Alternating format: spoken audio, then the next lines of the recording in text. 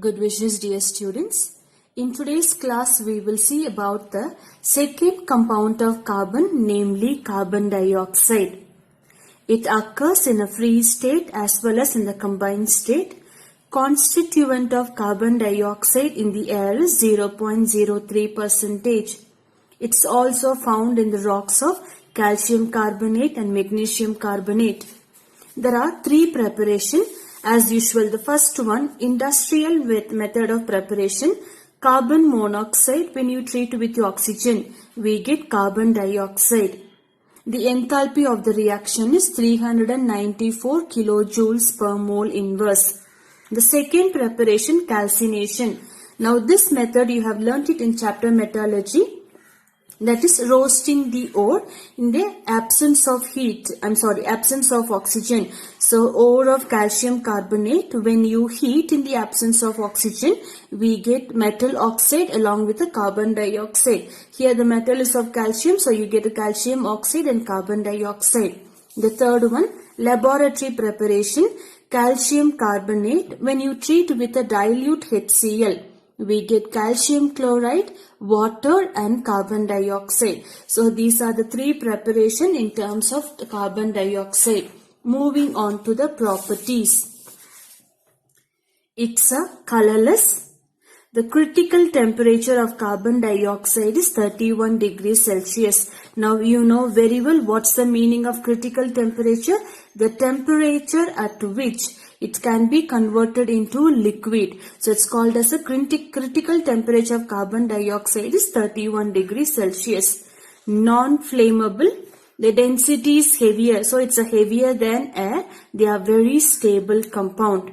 When you subject about the 3100 Kelvin temperature, only 76% of the carbon dioxide compound gets decomposed into carbon monoxide and oxygen. Further, there's more than 3100 degree Kelvin when we increase the temperature.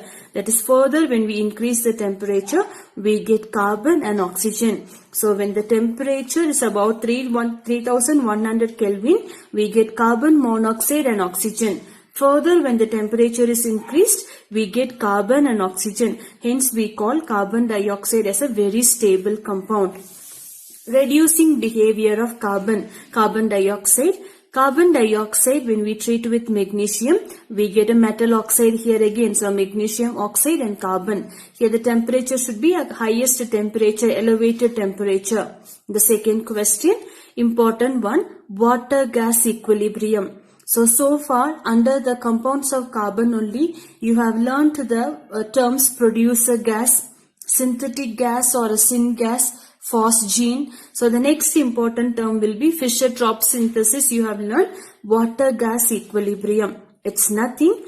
Carbon dioxide, when we treat with hydrogen, we get the mixture of carbon monoxide and water. So this mixture is called as a water-gas equilibrium. A very important question.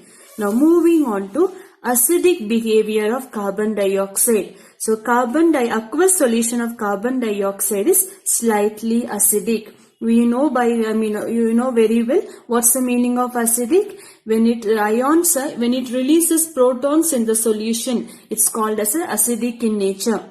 Let's see with the proof. Carbon dioxide, you treat with the water because we are talking about aqueous solution. You treat with the water, we get a carbonic acid of the formula H2CO3. Now H2CO3 further gets dissociated into positive and negative ions, that is H plus ions and CO3 minus ions. Hence, because the release of H plus ions, release of proton, we can say that particular compound is acidic in nature. Moving in terms of structure, it's a linear structure again. Equal bond length is found between carbon and oxygen. It has a 2 sigma bonds. I will show you it with the structure diagram. And also it has the 3-centered 4-electron bond. In another terms, 2 sigma bond, 2 pi bond formation takes place here. Let's see it with the structure. Now carbon with the oxygen. Now carbon dioxide molecular formula is CO2. So I've got oxygen on because linear structure on either side I've got an oxygen. Now, between carbon and oxygen, what's the maximum number of bond can be available? 3 bonds. So, 1, 2, 3 if you take it here. Now, let's check it for the octet rule. So, that will be 1, 2, 3, 4, 5, 6, 7, 8. Octet rule is balanced. Now come in terms of this carbon here. So one bond is being formed here. Let's check for the number of octet rule for this oxygen. 1, 2, 3, 4, 5, 6, 7, 8. Now what happens here? It's a highly electronegative and this is, let me know, compared to this one, this is less electronegative.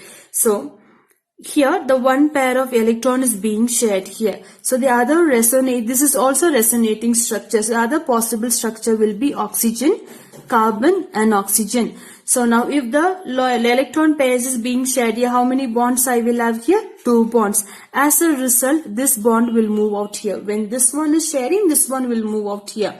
Now, so here also I will have a double bond. Let's check for the number of octet rule. 1, 2, 3, 4, 5, 6, 7, 8 over. In terms of carbon, when you see 1, 2, 3, 4, 5, 6, 7, 8, carbon also fulfills. Now, in terms of here, 1, 2, 3, 4, 5, 6, 7, 8. One more possibility can be, suppose this pair of electrons is further shared again. So, as a result, this one has to move out. So, one more possible structure will be oxygen, carbon and oxygen here. So now this bond is being coming in here. So how many bonds we will have? A 3 bond. This one is going out. So we will have only 1 bond here.